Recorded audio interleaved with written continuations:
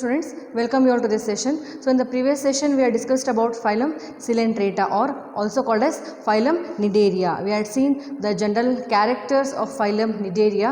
Then in second session we discussed about classification of phylum Cnidaria into different classes, and in third session we also discussed about polymorphism, which is a very important characteristic of phylum Cnidaria. Polymorphism, different types of polymorphism, dimorphism, trimorphism and polymorphism, with examples and diagrams also we had seen.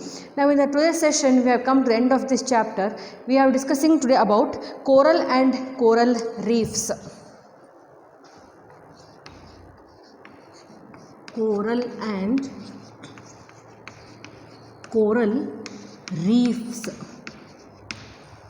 So you know these corals are very good examples of phylum Cnidaria.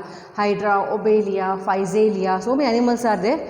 There are also animals called as corals which are coming under the phylum Cnidaria. What are these corals? Corals are deposits of lime or calcium carbonate. Corals are deposits of limestone or calcium carbonate, CaCO3, formed by coelentrates. Where they are formed?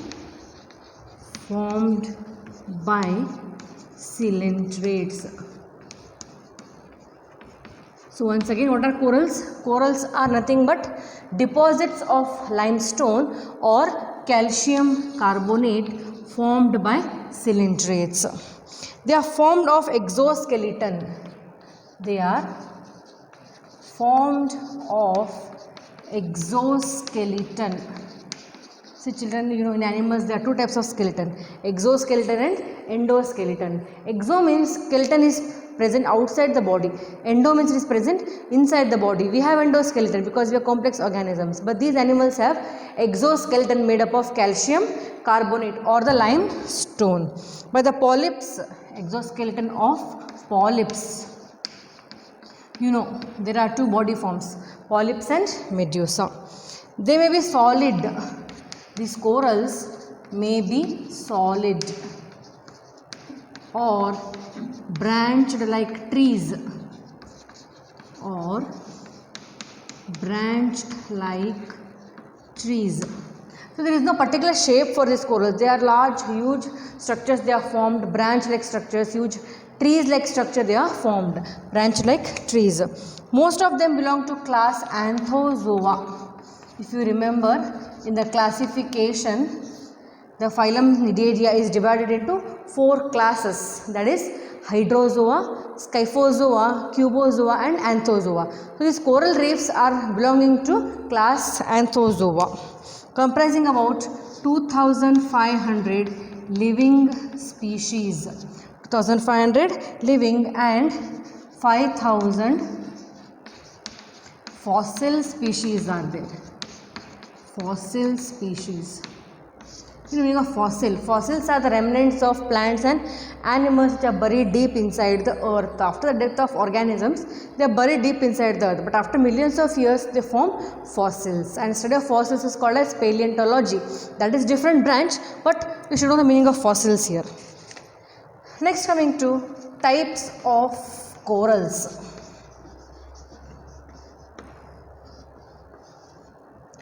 So what are corals? Once again, corals are deposits of limestone or calcium carbonate formed by coelentrates. Where they are formed? In the exoskeleton of the polyps, and they may be solid or branched like trees. And how many species of corals are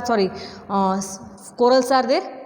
2500 living and 5000 fossil species are there, and most of the corals belong to class Anthozoa. Next, coming to types of corals. First one, hydrozoan corals.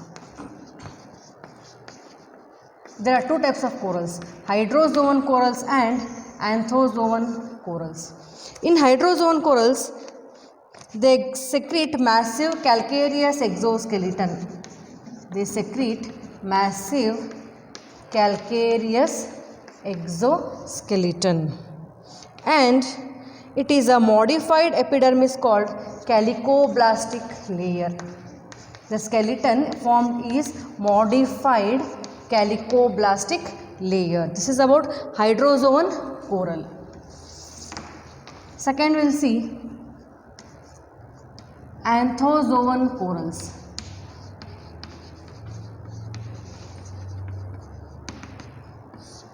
Again, in anthozoan corals, the different types are there: hard corals, soft corals, blue corals, etc. Number 1, horny corals.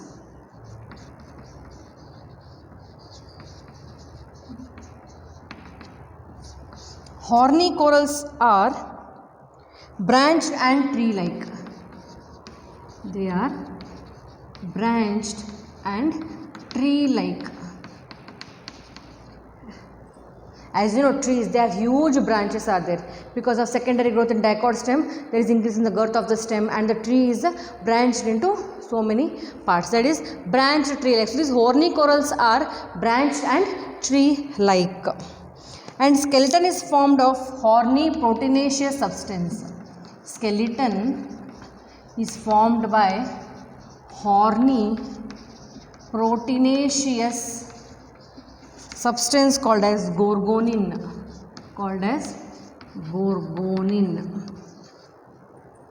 Second one, soft corals.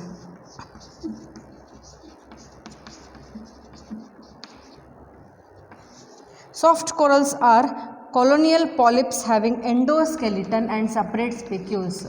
They have endoskeleton and separate spicules. Spicules is nothing but the endoskeleton. We have seen even in phylum Porifera and sponges also. There are endoskeleton, and even the skeleton of animals is called as spicules. So here see, in horny corals, corals are branched and tree-like. Skeleton is horny, made up of a proteinaceous substance called as gorgonin. And number 2 is soft coral. Soft means an endoskeleton they are having and separate spicules. Third one, stony corals.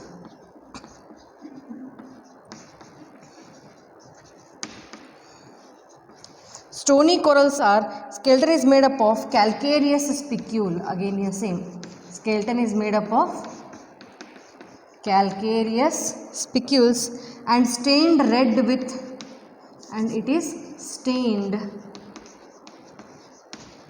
red with iron salts.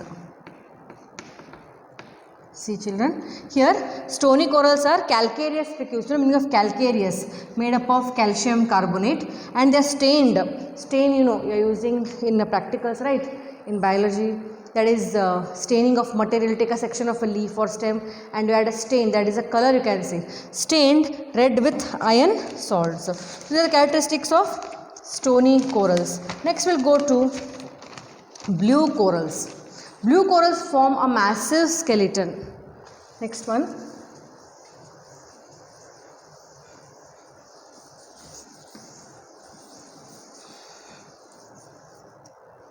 Blue corals.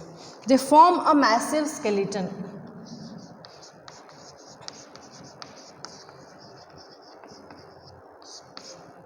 They form a massive skeleton.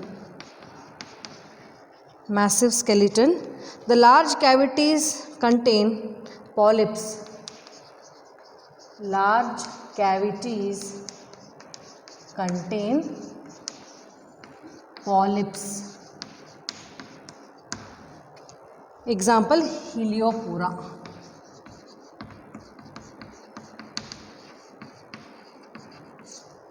So these are blue corals, blue in color, and they form massive skeleton and they contain large cavities called as polyps. Fifth one, true corals. What are these true corals? Majority of them are colonial. See, already in general characters we had seen whether they are colonial, whether they are sessile, whether they are free swimming or not. Because of ciliate, some are free living, some are sessile, some are attached to substratum. So majority of them are colonial. Majority of them are colonial. These are the principal builders of coral reef. These are principal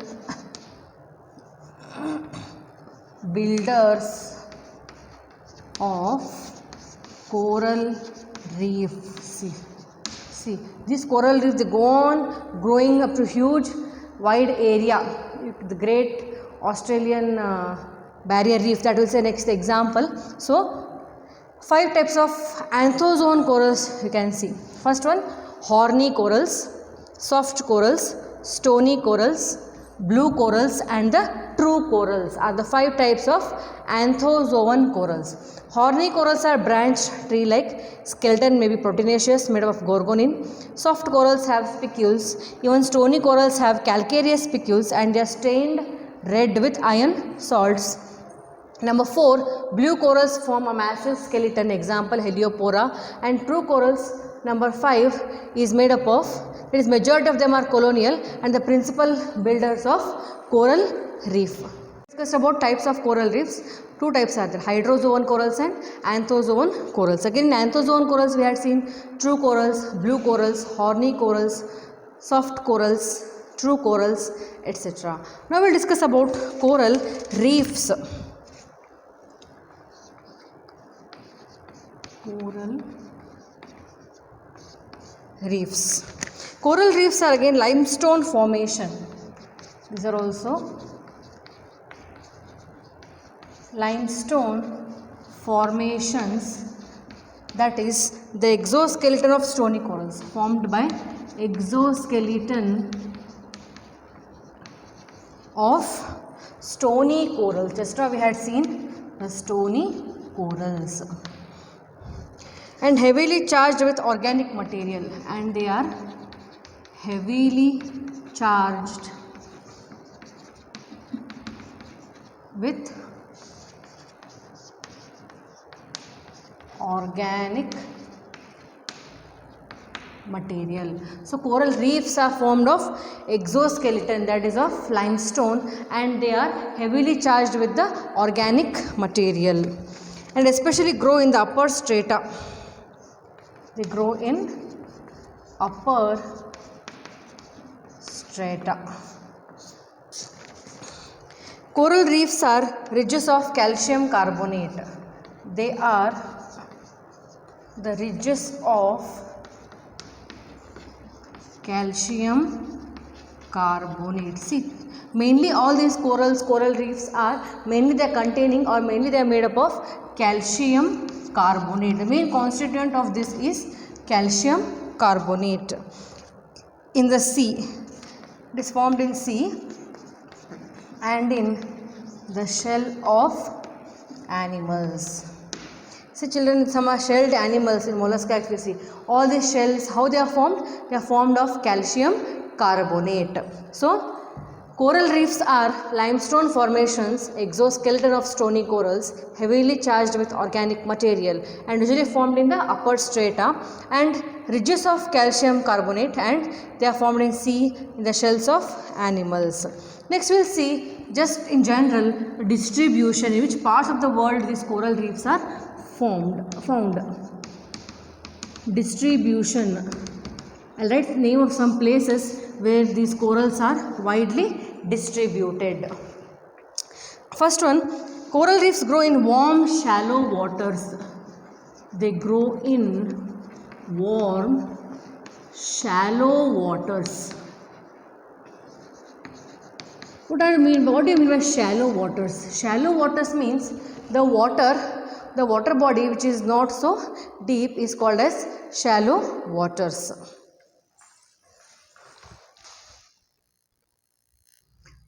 So we are discussing about the distribution of corals. Corals grow in warm, shallow waters. What am I shallow waters? Shallow means the water which is not so deep is called as shallow waters. And limited to continental and island shores. It is limited to continental and island shores. So these usually grow in warm, shallow waters, continental and island shores in tropical and subtropical zones. In tropical and subtropical zones. So where these coral reefs are found? Coral reefs usually grow in warm shallow waters in continental and island shores in tropical and subtropical zones. They inhabit Maldives Island,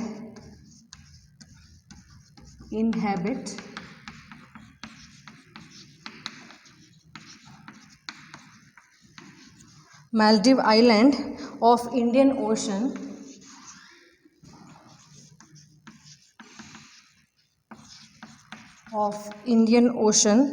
Wake Island,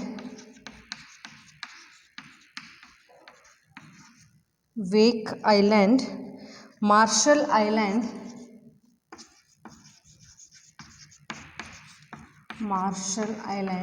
Fiji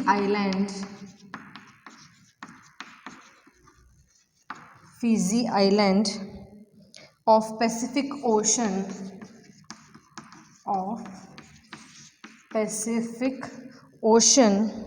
White Sunday Island,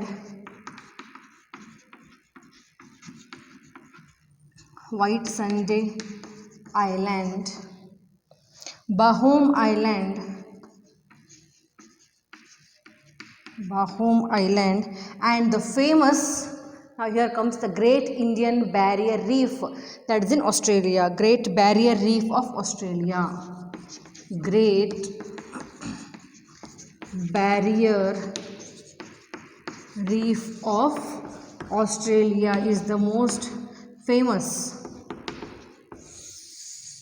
Great Barrier Reef of Australia. So this is about the distribution of coral reefs. Coral reefs usually grow in warm, shallow waters. They are usually found in continental and island shores in tropical and subtropical zones. They inhabit different islands in different parts of the world. Maldives Island of Indian Ocean, Wake Island, Marshall Island, Fiji Island of Pacific Ocean, White Sunday Island, Baham Island, and the most famous, that is the Great Barrier Reef of Australia. Just remember, this is very, very important. Great Barrier Reef of Australia. So this is all about the distribution of coral reefs throughout the world. Next we'll come to kinds of coral reefs. Next one, kinds of coral reefs.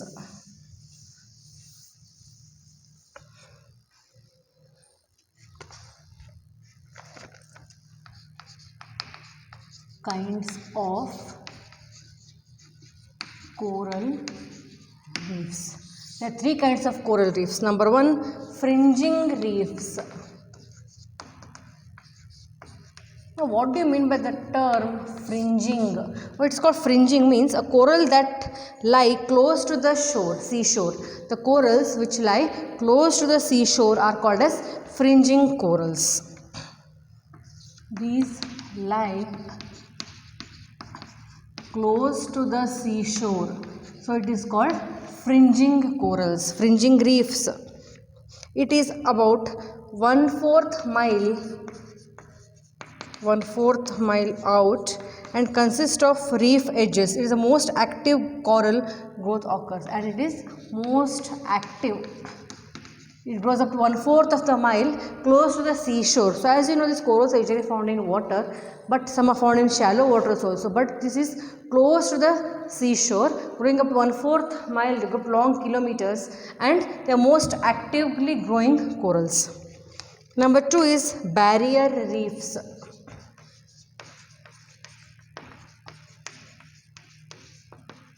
Second one is barrier reefs. They are located at some distance. They are located at some distance from the shore. Located at some distance from the shore. Now you can see the difference. Fringing reefs are lying very close to the seashores, and these barrier reefs are at some distance away from the seashores. They are separated by water or lagoon, which may be 1/2 of the miles to 10 miles, and they are more up to 60 to 10,000 feet deep. They are about 60 to 1,000 feet deep. The most notable example of barrier reef, as I just now told you, the common example of this is the Great Barrier Reef of Australia. It is up to 1200 miles. It is extending up to 1200 miles long and up to 90 miles from shore. It is 90 miles from shore and extending up to 1200 miles. The example for barrier reef is the Great Barrier Reef of Australia. So, there are kinds of corals: fringing corals, barrier reefs, and number third one is atoll reef. Number 3 is atoll reef.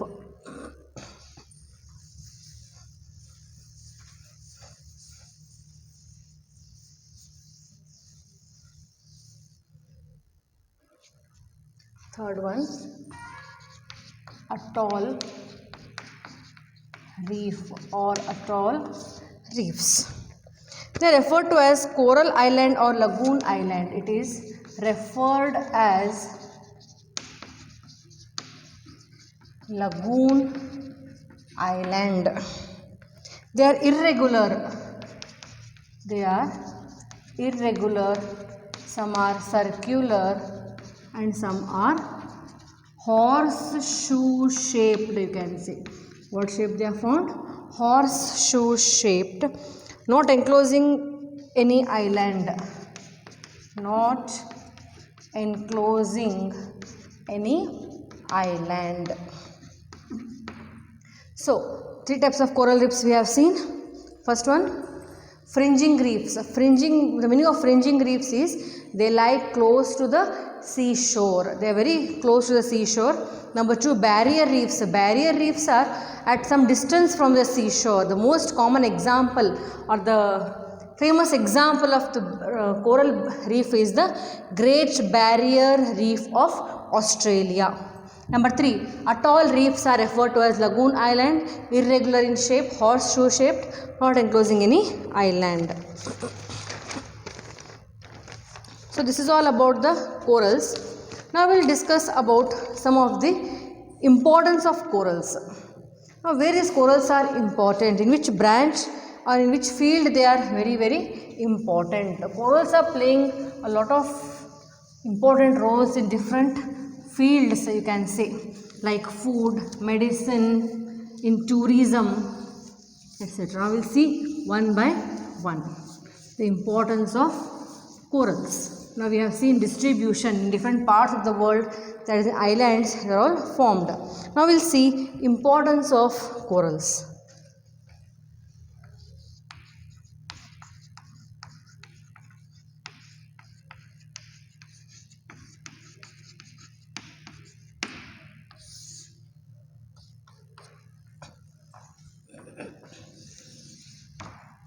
First is protect coastlines from damaging effects.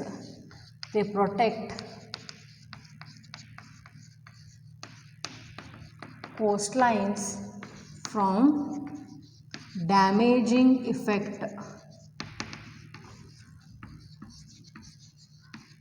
So there are some natural calamities like thunder, storms, tsunamis in the water bodies. It is all protecting coastlines from damaging effect of wave action and tropical storm. Wave action and tropical storms. These are all natural calamities occurring. It can be protected from coral reefs. It provides habitat and shelter. Coral reefs provide habitat and shelter for marine animals, for many marine organisms. So there are some small organisms, they come and live under those reefs because they are like tree-like structures, they live under those reefs. So they protect coastlines from damaging effect and wave action and tropical storms. They provide habitat and shelter for many marine organisms. Are the source of nitrogen. Coral reefs are source of nitrogen and other essential nutrients. And other essential nutrients. So see the main source of nitrogen. It assists in carbon and nitrogen fixing. Corals assist in carbon and nitrogen fixing. Next coming to, they help with nutrient cycling. They also help in nutrient cycling. You know students, nutrients, they are being recycled in the atmosphere. Carbon, hydrogen, oxygen, nitrogen, they are recycled. Means they are produced in the atmosphere, used by organisms and again returned back to the organisms. That is called a cycling. A cyclic process is there. Then there also the coral reefs are very, very important in nutrient cycling. Next, the fishing industry depends on coral reefs. Fishing industry. Fishing industry is also dependent on coral reefs, and as you know, we people of our country, that is Indian people, we are mainly agricultural based country. Many of our people are depending on agriculture. Fishing, especially people living in coastal areas, their livelihood is possible only because of the fishing. They are catching fishes and they are selling. That is economic importance also is there. So coral reefs play an important role in fishing industry because many fish spawn there and juvenile phases. Many fishes spawn. Spawn means laying of eggs in those coral reefs and spend their time before making their own way to the open seas. See, fish, they are aquatic organisms. Spawning means they lay the eggs in the reefs and until they grow, hatch and mature out, they stay there in the coral reefs. So it is very important in the fishing industry also. Next one, climatic events, climatic changes. The study of coral reefs is very, very essential for one to know about the climatic changes occurring in our environment. Past millions or so. See children, nowadays the climatic conditions are different, but if you study evolution, then you will come to know about the pre-biotic earth. Pre means before, biotic means living organisms. Before the living organisms were found, what was the kind of atmosphere, what was the kind of weather, temperature? Temperature was very, very high. There was torrential rains were there, continuous rainfall throughout the year. You can find the temperature was very, very, very high. So, what was the different kind of temperature in millions of years ago and what is the kind of temperature now? You can compare that also, and you can study the temperature studies by coral reefs as millions of years ago. You can record climatic events. Next, they also buffer shorelines. Coral reefs buffer shorelines. 97% of energy, 97% of energy from waves, storm, floods, and also help to prevent loss of property, prevent loss of damage to property. If you want to write a simple sentence is that these coral reefs buffer shorelines, because see, nowadays you are hearing about the tsunamis, or you have seen lot of calamities occurred in the environment, in the water bodies. Excuse me, like earthquakes, tsunami, so many high waves are formed in the atmosphere, can be controlled, floods can be controlled, prevent loss of damage. See, if flood are occurring, there is damage to property, so it can be prevented. And to prevent damage and erosion, erosion also can be prevented. Next one, they are sources of medicine and food. They are sources of medicine. So many drugs are being produced, even still many drugs are being discovered also using coral reefs. Sources of medicines and even food, which is rich in vitamins, and they are very effective for absorbing elements coming from the ocean. They are very effective effective in absorbing elements which are coming from ocean.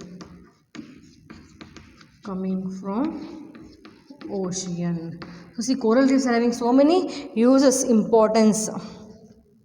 Reef organisms are used in the treatment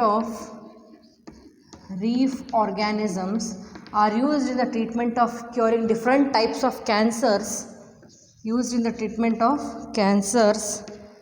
Leukemia, that is blood cancer, and so many other diseases like HIV.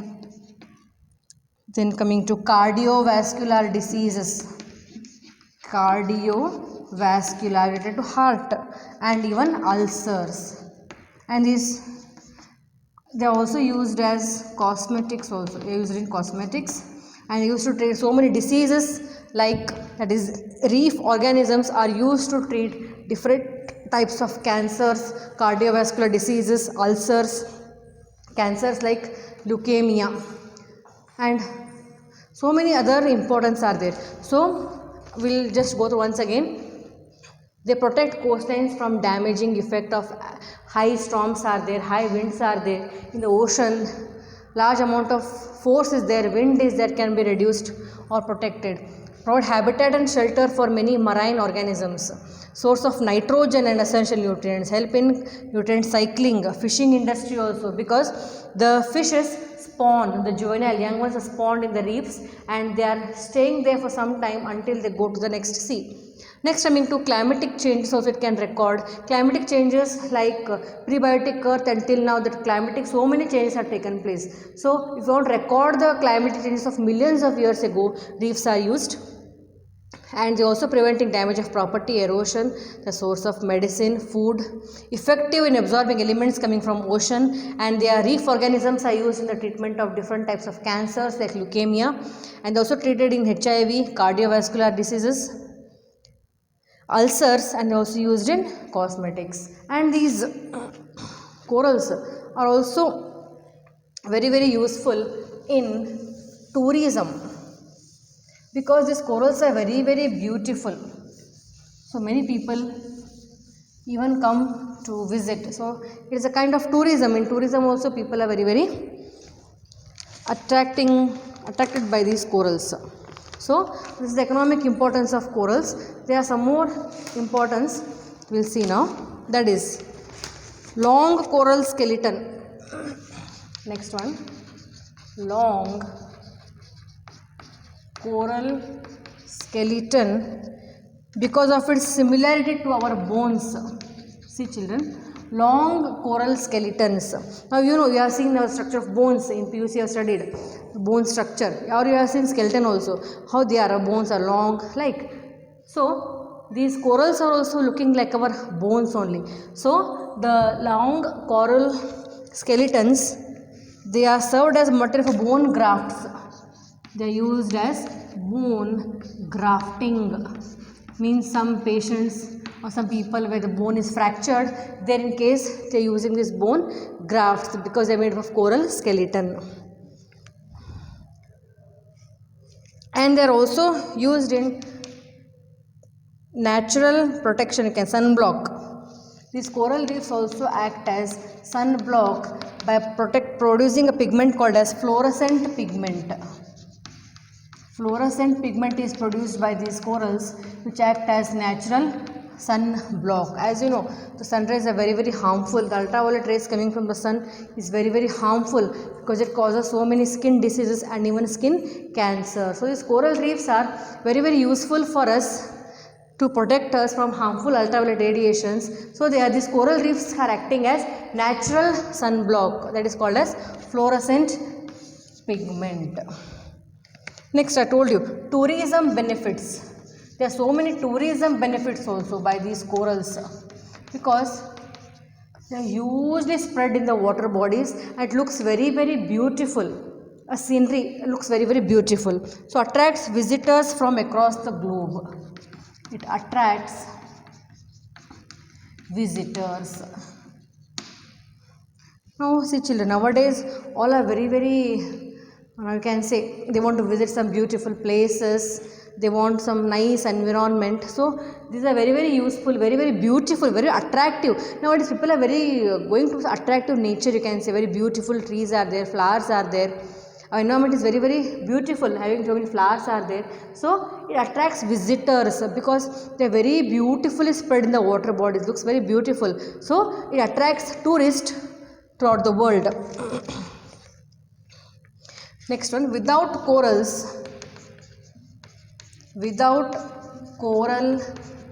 reefs, many beaches and buildings would become vulnerable. Many beaches and buildings would become vulnerable to wave action and storm damage. To wave action and storm damage. Just in the beginning I told you, beginning of this economic importance, first point, these coral reefs are very very essential because they are responsible for controlling the waves and storms which are coming in the water bodies. Without corals, our buildings, beaches would be vulnerable, means they are susceptible to wave action and cause damage. So coral reefs are very very important. Next, they are rich in chemical compounds.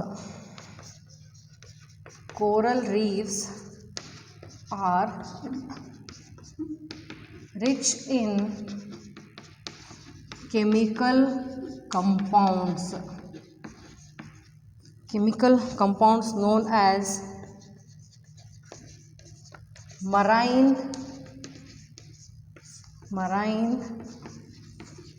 natural products, MNP.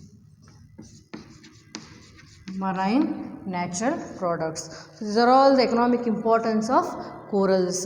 So they are for climatic changes. Coral reefs have buffer shorelines. They are reducing the damage to the property, source of medicines, effective in absorbing elements from the water.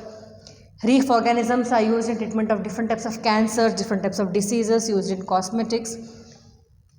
Large coral skeleton, long coral skeleton, means they are resembling like a bone structure only. They are resembling the structure of bone. So those can be used for bone graft. And sunblock, natural sunblock by fluorescent pigment. Tourism benefit, this is one more important. Tourism benefit is there, attract the visitors. Without coral reefs, our beaches and buildings would be vulnerable or more susceptible to the damages caused in the water bodies, the damage to property also. So it also helps to control wave action and storm damage. And coral reefs are rich in chemical compounds known as marine natural products. So these are all the economic importance of corals. This is a very important question. Write the economic importance of corals, or write short notes on coral reefs, it may be asked. So you go through all these points. So all general topics are there, general points are there. Once you read, you will understand. Just try to go on writing the points that is the uses of corals. So here completes the chapter called as phylum Cnidaria. So what all you have studied in this chapter? In this chapter we studied about the general characters of phylum Cnidaria or Coelenterata. Second, classification of phylum Cnidaria into 4 classes with examples.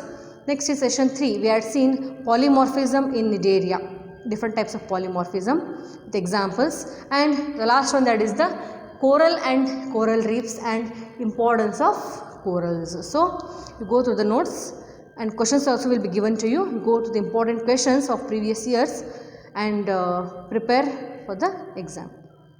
Thank you.